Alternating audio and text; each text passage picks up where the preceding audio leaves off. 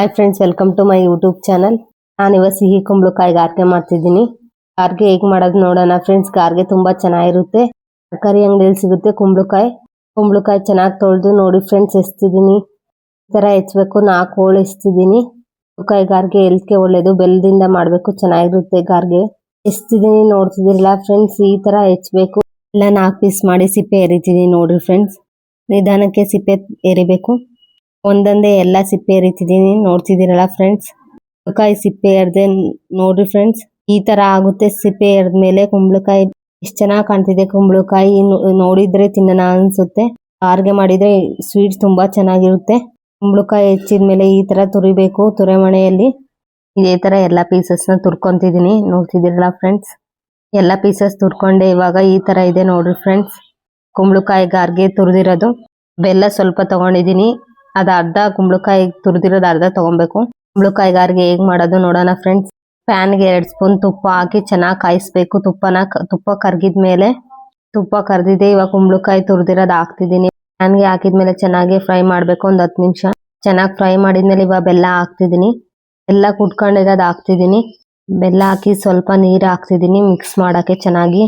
ನೋಡ್ತಿದ್ದೀರಲ್ಲ friends, ಬೆಲ್ಲ ಚೆನ್ನಾಗಿ ಕರಬೇಕು. ಬೆಲ್ಲ ಚೆನ್ನಾಗಿ ಕರಗಿಸ್ತೀನಿ. ಈ ತರ ಕಲರ್ ಆಗಬೇಕು. ಗಟ್ಟಿಯಾಗಿ ಪಾಕ. ಚೂರು ಉಪ್ಪು ಹಾಕ್ಬೇಕು. ಇದು ಚೆನ್ನಾಗಿ ಮಿಕ್ಸ್ ಮಾಡಬೇಕು.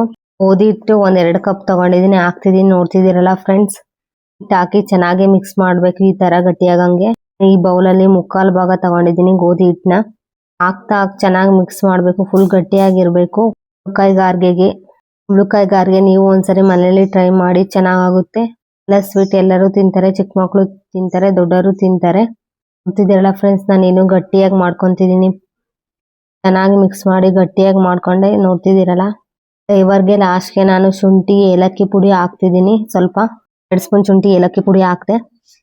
ಕುಂಬಳಕಾಯಿ ಗಾರ್ಗೆ ಮಾಡೋಕೆ ಈ ತರ ಗಟ್ಟಿಯಾಗಿರ್ಬೇಕು.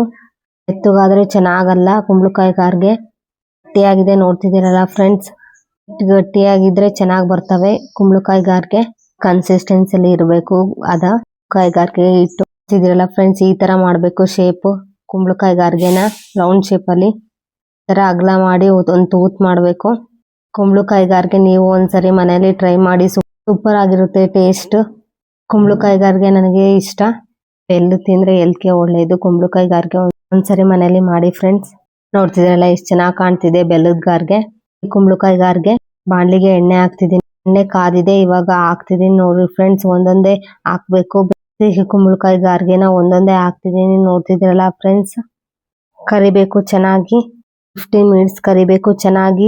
ಕಾಫಿ ಕಲರ್ ಬರೋ ತನಕ ಚೆನ್ನಾಗಿ ಕರಿಬೇಕು. ಈ ತರ ಬಂದಾಗ ಆಮೇಲೆ ಆ ಕಡೆ ಈ ಕಡೆ ತಿರ್ವಾಕ್ತಿರ್ಬೇಕು. ಈ ಕುಂಬಳಕಾಯಿ ಗಾರ್ಗೆನ ಕಾಫಿ ಕಲರ್ ಬಂದ್ರೆ ಚೆನ್ನಾಗಿ ಬೆಂದಿದಾವೆ ಅಂತ ಕುಂಬಳಕಾಯಿ ಗಾರ್ಗೆ ಬೇಸನ್ಗೆ ಹಾಕ್ದೆ. ಕುಂಬಳಕಾಯಿ ಗಾರ್ಗೆನ ಇನ್ನೊಂದ್ಸರಿ ಕುಂಬಳಕಾಯಿ ಗಾರ್ಗೆ ಕರಿತಿದ್ದೀನಿ.